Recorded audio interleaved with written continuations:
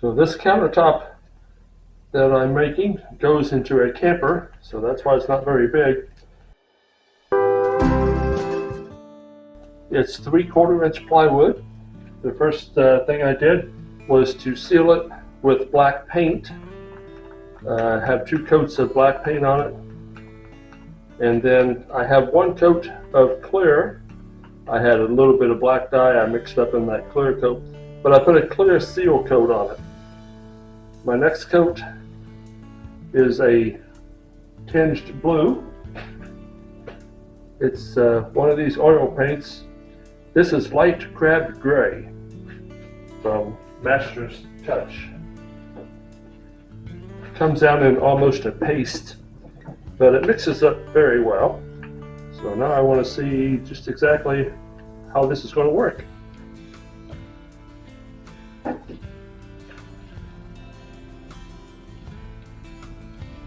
My top is bowed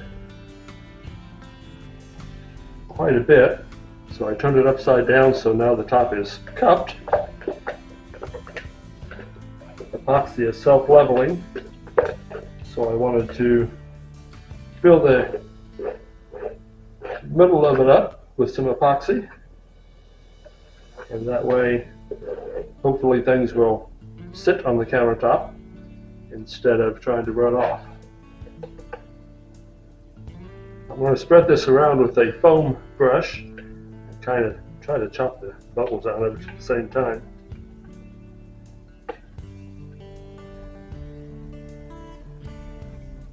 This is just going to make another nice light seal coat and hopefully keep me built up a little bit so it's not going to be quite so cupped. After that had dried, I took all the different colors I was going to use in this tabletop and misted the edges with them. That way when the epoxy is really thin on the edges, it will not show up quite as bad. I wanted to do a dirty pour on this, so I used coral and sun yellow along with Oasis blue, some deep mint, seaside, cinnamon, dark gray, and you always have to have a little bit of black and white when you mix it up. After it's mixed, you put all the colors, alternating them several times back into the same bucket, and then slowly pour everything out onto the tabletop or the workpiece.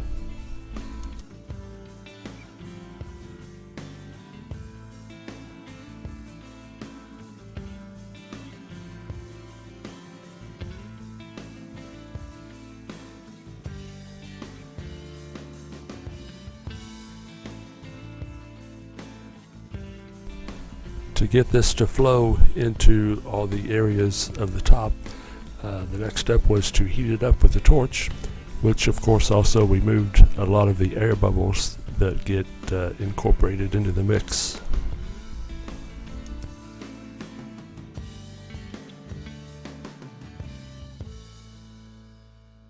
I did make one mistake with this. When you do a dirty pour, a lot of times you want to coat the piece first with a thin layer of clear, and that helps everything flow better. So I kind of missed that step, so the next thing I did was just took a popsicle stick and kind of chopped and pushed the mixture where it was thick into the spots that didn't have any.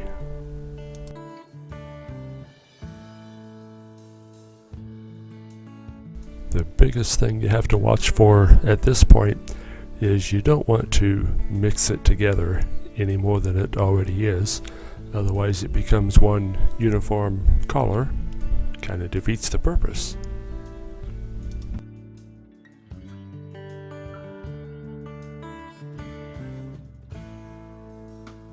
This is a case where you don't get in too much of a hurry. take your time, and it really turned out pretty good, I think.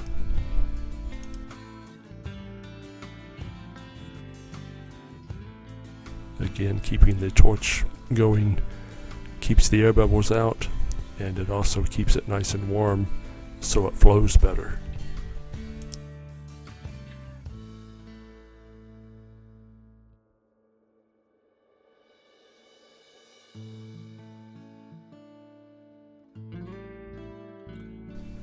After that had set up, I used a clear top coat of epoxy to help provide some durability and to protect it.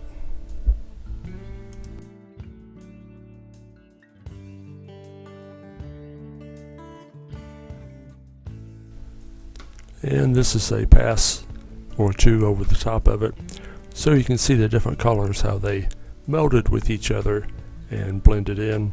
I think it looks pretty sharp.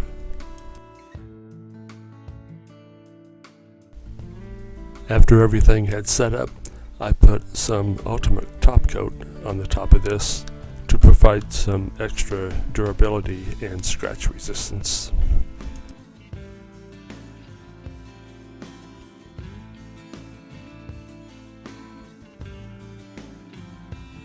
This was a fun little project. I always wanted to try a dirty pour like this. The next time we'll try another method, see what happens. I thank you for watching. We'll see what we can do on the next video. Bye.